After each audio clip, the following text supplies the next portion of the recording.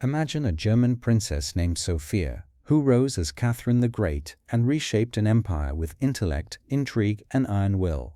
From 1762 to 1796, she embraced Enlightenment ideals while expanding ruthlessly, annexing Crimea in 1783 to secure Russia's Black Sea power.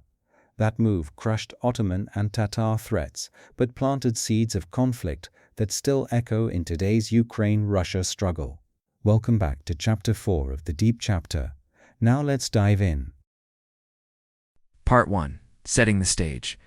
Ukraine in the early USSR. Our story opens in the aftermath of the Russian Revolution and the Ukrainian War of Independence, where the Bolsheviks consolidated power over a fractured region. In December 1922, the Ukrainian Soviet Socialist Republic, Ukrainian SSR, was formally incorporated into the Union of Soviet Socialist Republics USSR as one of its 4 founding members, alongside the Russian SFSR, Byelorussian SSR, and Transcaucasian SFSR. This union was sealed by the Treaty on the Creation of the Soviet Union, signed in Moscow, marking the end of Ukraine's brief flirtation with independence after the fall of the Russian Empire. Ukrainian SSR encompassed most of modern Ukraine, with its capital in Kharkiv until 1934, when it shifted to Kyiv, reflecting the centralization of power under Moscow's oversight. In Joseph Stalin's vision, the Ukrainian SSR was a crucial cog in his centralized Soviet state, a breadbasket and industrial powerhouse to fuel the USSR's ambitions. Stalin, rising to power after Lenin's death in 1924, viewed Ukraine's vast farmlands and mineral resources as essential for his rapid industrialization drive. The Communist Party of Ukraine, a branch of the all-encompassing Communist Party of the Soviet Union, governed under a one-party system, with all decisions funneled through the Kremlin. Early on, the 1920s saw a policy of Koreanization, or indigenization, which included Ukrainization, promoting the Ukrainian language in education, administration, and media, and elevating ethnic Ukrainians to leadership roles to build loyalty to the Soviet project. Newspapers flourished in Ukrainian schools, taught in the native tongue, and cultural institutions celebrated local heritage. But this facade of cultural autonomy crumbled under Stalin's paranoia. By the late 1920s, suppression intensified. Ukrainian intellectuals, writers, scholars, and artists who championed national identity were labeled bourgeois nationalists and purged. The executed Renaissance, as it became known, saw hundreds arrested, exiled, or executed during the Great Purge of 1937-1938, including luminaries like playwright Mykola Kulish and poet Pavla Tykina's contemporaries. The Ukrainian language faced censorship. Its use in official spheres dwindled, replaced by Russian to foster unity. The Church suffered gravely. The Ukrainian Autocephalous Orthodox Church, independent since 1919, was dissolved in 1930, its bishops imprisoned or killed. While thousands of churches and synagogues were demolished or repurposed as warehouses, Stalin's regime aimed to erase any vestige of separatism, viewing Ukrainian Orthodoxy as a threat to atheist Soviet ideology. Amid this repression, rapid industrialization transformed the landscape. The Donbas region, rich in coal and iron, became the USSR's industrial heartland. During the first 5-year plan, 1928 to 1932, factories sprouted across eastern Ukraine. The Dnipro hydroelectric station, the largest in Europe at the time, powered new steel mills in Zaporizhia and chemical plants in Donetsk. Industrial output in the Donbas quintupled within a decade, drawing millions from rural areas into burgeoning cities. Urbanization surged. By the 1930s, Kharkiv's population ballooned from 300,000 to over 800,000, with workers housed in hastily built communal apartments, or kommunalki, where families shared kitchens and bathrooms amid propaganda posters extolling socialist progress. Yet this progress came at a human cost, setting the stage for one of history's darkest chapters. Part 2. The Holodomor 1932-33. As Stalin's industrialization demanded ever more resources, Ukraine's peasants bore the brunt. The Holodomor, meaning death by hunger in Ukrainian, it's unfolded from 1932 to 1933, man-made famine engineered through forced collectivization. Stalin's first five-year plan mandated the consolidation of individual farms into state-controlled collectives, cold, or kolkhozy, to boost grain production for export and urban feeding. In Ukraine, a key grain-producing region, resistance was fierce. Peasants slaughtered livestock rather than surrender it, destroying nearly half of the USSR's cattle and pigs. In retaliation, authorities imposed exorbitant grain quotas up to 7.7 million tons in 1932, far exceeding harvests crippled by poor weather and inefficiency.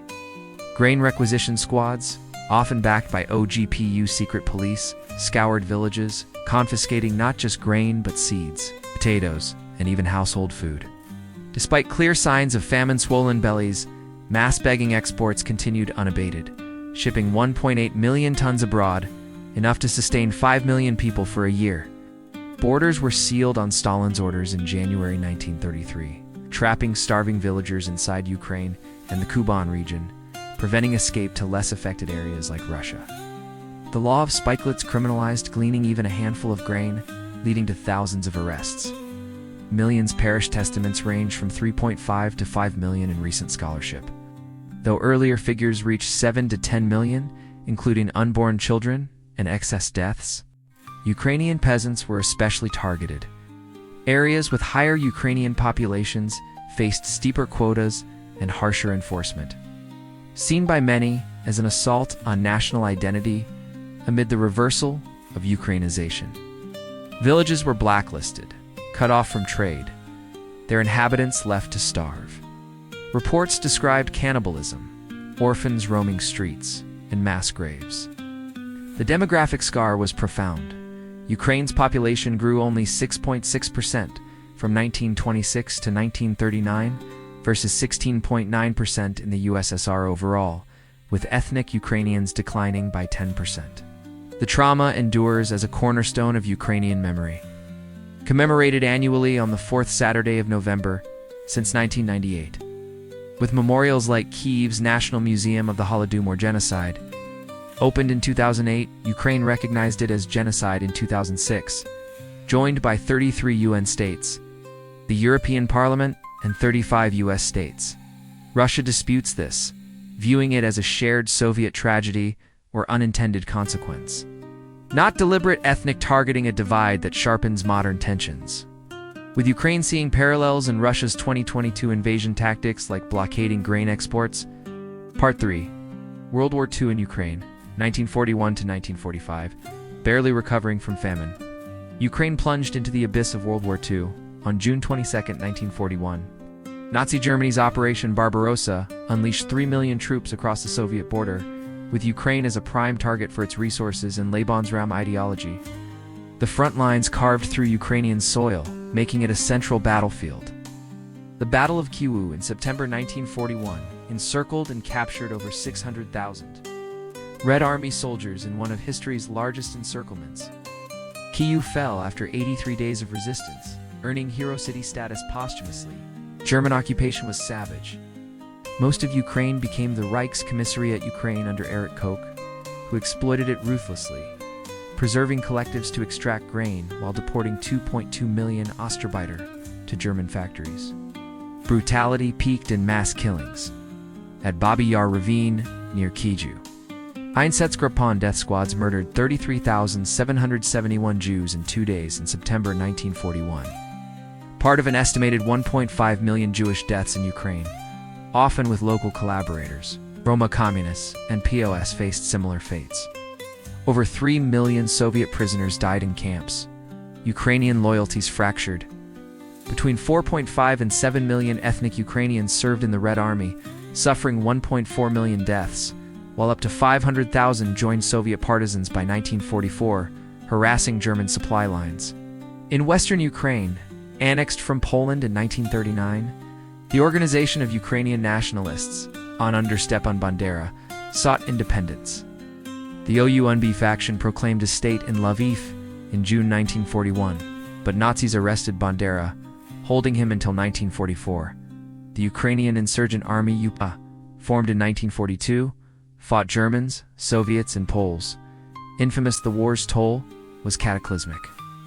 Over 700 cities, and 28,000 villages razed, 19 million homeless, total deaths around 6 million, 16 to 20% of Ukraine's population. Cities like Kharkiv changed hands 4 times, reduced to rubble. Cultural treasures from museums to monasteries were looted or destroyed. Liberation came gradually. Eastern Ukraine by 1943, Western by 1944 to 1945, but at the cost of another famine in 1946, 1947, killing tens of thousands. Part 4. War with the Ottoman Empire. The First Russo-Turkish War erupted on October 6, 1768, when Sultan Mustafa III declared war, citing Russian interference in Polish affairs amid the Bar Confederation uprising. Russia, under generals like Pyotr Rumyantsev and Alexander Suvorov, dominated. In 1769, Rumyantsev captured Kotin after a 10-week siege, opening the Danube. 1770 saw decisive land victories. At Ryabaya Mogila, June 17th, 23,000 Russians routed 80,000 Ottomans and Tatars. Larga July 7th killed 1,000 Ottomans with minimal Russian losses. Larga July 21st saw 17,000 Russians defeat 150,000, inflicting 20,000 casualties using innovative square formations and artillery. Naval triumphs stunned Europe. The Russian Baltic Fleet, commanded by Alexei Orlov, circumnavigated to the Mediterranean. At Chios Strait, July 5th to 7th, 1770, they engaged. Then at Chesim Bay, July 5th to 7th, used fire ships to incinerate the Ottoman fleet. 15 battleships. 6 frigates destroyed, over 11,000 Ottoman dead. This marked Russia's naval emergence. By 1771, Crimea was occupied, with Prussian Khan Sahib Tajiri installed. The war continued with Russian advances to the Danube, capturing Bucharest and Bender, despite Ottoman counteroffensives, hampered by plague. Peace came with the Treaty of Kuka-Kanarka on July 21, 1774. Russia gained Kerch, Yanakali, Kinburn, and Azov, free navigation on the Black Sea, and the right to protect Orthodox Christians in Ottoman domains, a clause enabling future interventions. Crimea was declared independent, but Russia influenced its conselection. Installing Kahingire in 1777, Catherine's diplomacy shone. She allied with Prussia and Austria for the first partition of Poland in 1772, gaining Belarusian lands without provoking a broader war. Part 5. Annexation of Crimea. By 1783, instability in Crimea provided pretext. Kahingire's westernizing reform taxes. The standing army sparked Tatar revolts in 1781 to 1782, suppressed with Russian aid. On April 8, 1783, Catherine issued a manifesto annexing Crimea, citing protection of Christians and historical rights, with troops under Potemkin occupying peacefully. The Ottomans, exhausted, recognized it in the 1784 Annalikovac Convention. This triumph made Russia a Black Sea power. Sevastopol was founded on June 3, 1783, as a naval fortress with shipyards and docks built rapidly. By 1790, it housed the Black Sea Fleet. For Crimean Tatars, it was catastrophic. Mass emigration began, with 100,000 to 300,000 fleeing to Ottoman lands by 1800, facing hardships en route. Lands were confiscated, mosques converted, and resistance quashed. The slave trade ended, but at the cost of autonomy. In Russian lore, Crimea became Taurida, a mythic paradise. Catherine's 1787 tour with Potemkin showcased staged prosperity, inspiring poets like Gavril Durzhaven to hail it as imperial glory. Part 6. Daily life in imperial integration. Colonization accelerated post-annexation. Catherine invited settlers with incentives. Russians and Ukrainians from central provinces, Greeks and Armenians from Ottoman lands, Germans from the Volga. By 1795, over 60,000 newcomers arrived, granted land and tax breaks. Tatars, once 90% of the population, fell to under 50% by the mid-19th century. Agriculture flourished. Wheat exports boomed via Odessa. Vineyards expanded in Yalta, and silk production started with mulberry plantations. New cities like Simferopol 1784 became administrative hubs. Roads and ports linked to the mainland. Daily life varied. Russian settlers farmed communal lands, building wooden izbas and Orthodox churches. Ukrainians brought traditions like embroidered shirts and folk songs, working vineyards. Greeks and Armenians established trading communities in Feodosia, preserving languages and crafts. Tatars, marginalized, herded sheep in the mountains. Their yurt villages shrinking as lands were redistributed to nobles. Cultural shifts included building palaces like the Khans in Bakhchazari repurposed, and fortresses dotting the coast. By the 1790s, Crimea was integrated, but at the expense of indigenous ways. Part 7. Legacy and Modern Relevance. Catherine's 1783 annexation forged Russian imperial identity, portraying Crimea as a reclaimed jewel symbolizing destiny and Orthodox crimes. For Ukrainians, it eroded autonomy. Cossack freedoms vanished with the Sickist destruction, folding Ukraine into the Little Russia Governorate. Crimean Tatars endured exile. Post-1783 emigrations, 1850s Crimean War displacements, and Stalin's 1944 deportation of 194,000 to Central Asia. With 46% mortality from starvation and disease, returns began in 1989, but trauma lingered. This legacy links to modern events. In 1954, Nikita Khrushchev transferred Crimea to the Ukrainian SSR for administrative reasons. After Ukraine's 1991 independence, Crimea became an autonomous republic. Putin's 2014 annexation followed the Euromaidan Revolution. Little green men seized buildings. A March 16th referendum, disputed as coerced, claimed 97% support for joining Russia. Internationally condemned as illegal under the 1994 Budapest Memorandum, it sparked sanctions and conflict. By 2025, amid Russia's full-scale invasion of Ukraine since 2022, Crimea remains occupied, a military hub for attacks. Tatars face repression arrests of over 200 activists, cultural erasure, and forced conscription.